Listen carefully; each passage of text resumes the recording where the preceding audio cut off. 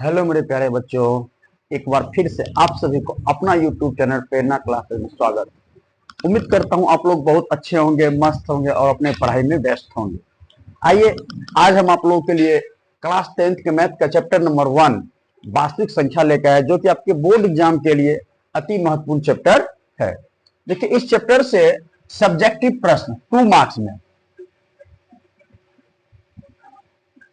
Subjective 2 marks में 2 या 3, 2 तो कंफर्म ही पूछा जाता है, कभी कभी 3 भी पूछ देता है। और ऑब्जेक्टिव यहां से 8 से 10 प्रश्न रहता है। 8 या 10 यहां से लॉन्ग क्वेश्चन आपके एग्जाम में नहीं पूछा जाता है। 2 मार्क्स में 2 या 3, ऑब्जेक्टिव 8 से 10। ओवरऑल का ये इस चैप्टर को हम कह सकते हैं कितना मार्क्स? 15 मार्क्स। ओवरऑल कितना कह सकते हैं?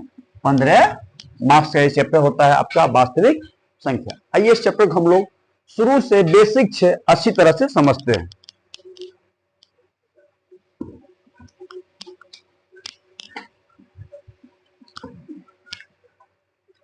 देखिए, एक होता है प्राकृत संख्या कहिए या प्राकृतिक संख्या कहिए, दोनों एक ही बात। प्राकृत संख्या कॉपी में लिख लेंगे एक नंबर में, प्राकृत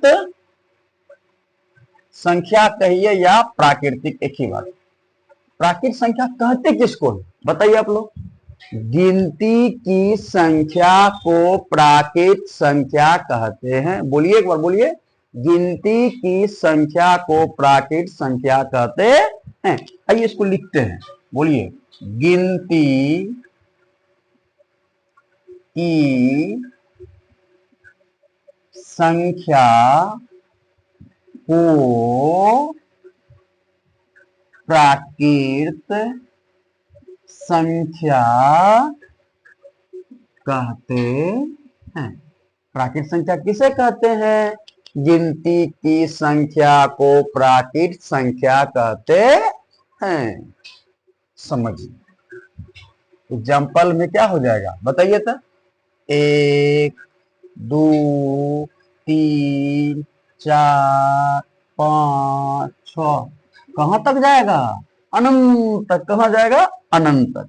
यहां से सबसे पहला आपके बोर्ड एग्जाम ऑब्जेक्टिव पूछा जाता है, सबसे छोटी प्राकृत संख्या क्या होती है बताइए? सबसे छोटी क्या हो जाएगा? 1। इसको लिखते हैं, नोट करके लिखिए। सबसे छोटी प्राकृत संख्या 1 होती है। आप ही बताइए, आपको पूछेगा सबसे बड़ी प्राकृत संख्या क्या होती है, क्या बताइएगा? क्या ज्ञात कर सकते हैं? बिल्कुल नहीं ज्ञात कर सकते हैं।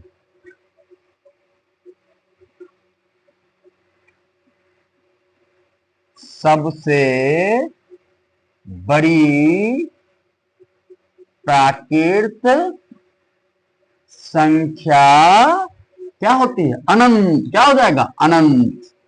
सबसे बड़ी प्राकृत संख्या अनंत। ऐसे 8 को उल्टा दीजिए, यही है अनंत।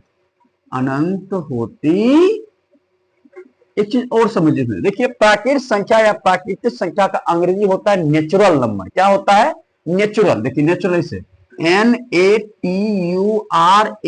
नेचुरल क्या होता है? इसलिए प्राकृत संख्या को n से डिनोट किया। किससे डिनोट किया जाता है? n से। अगला पॉइंट लिख लेंगे नोट करके। प्राकृत संख्या को n, कौन n? कैपिटल N से दर्शाया जाता है। लिखिए बच्चों, लिखिए इसको आप लोग। चलिए, अगला है पूर्ण संख्या। क्या है? पूर्ण संख्या। पूर्ण संख्या, आइए ध्यान समझते हैं। पूर्ण संख्या किसे कहते हैं? यदि प्राकृत संख्या में हम शून्य को शामिल कर ले, क्या कर ले? शून्य को शामिल कर ले, अर्थात शून्य सहित गिनती की संख्या को पूर्ण संख्या कहते हैं। बोलिए, शून्य सहित क्या हो जाएगा? शून्य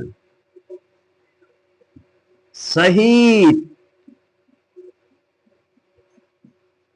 गिनती की संख्या। कौन?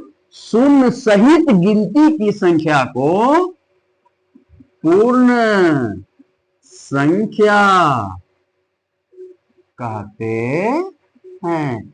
गिनती की संख्या को प्राकृत संख्या कहते हैं, लेकिन शून्य सहित गिनती की संख्या को पूर्ण संख्या कहते हैं। जैसे बोलिए, क्या लिखे आप ही लोग बोलिए तो।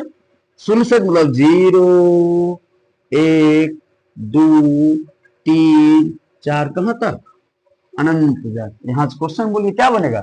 सबसे छोटी पूर्ण संख्या क्या होती है? 0 होती है। तो लिखिए इसको नोट करके। सबसे छोटी पूर्ण संख्या 0 होती है। अगला पूछेगा सबसे बड़ी। देखिए आपके एग्जाम में क्वेश्चन नहीं पूछा जाएगा सबसे बड़ी, सबको पता है क्या होता है? अनंत। सबसे छोटी पूर्ण संख्या क्या होती है? 0। और सबसे बड़ी पूर्ण संख्या क्या होती है? बोलिए। अनंत। क्या होती है? अनंत होती है। अतः इसे ज्ञात नहीं किया जा सकता। सबसे बड़ी क्या ज्ञात कर ही नहीं सकते हैं हम लोग। अब बताइए, इसको तो n से दर्शाया, इसको किससे दर्शाएगा? पूर्ण संख्या का अंग्रेजी होता है होल नंबर। क्या होता है? होल। पूर्ण का अंग्रेजी क्या होता है? होल। इसे किससे दर्शाएगा? W से। वो भी लिख लेते हैं हम लोग, नोट करके लिखिए। पूर्ण संख्या को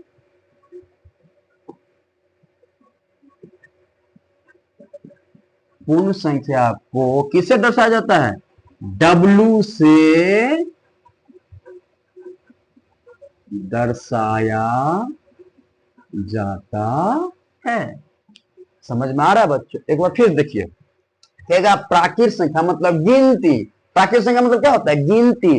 गिनती की संख्या को प्राकृत संख्या कहते हैं। जैसे 1 2 3 4 5 कहां तक? अनंत तक जाएगा। यहां क्वेश्चन क्या बनेगा? सबसे छोटी प्राकृत संख्या क्या होती है? 1। सब छोटी प्राकृत संख्या 1, और गिनती में शून्य जोड़ देंगे तो शून्य सहित गिनती की संख्या को पूर्ण संख्या कहते हैं। सबसे छोटी पूर्ण संख्या हो जाएगी 0। इसको आप लोग लिखिए।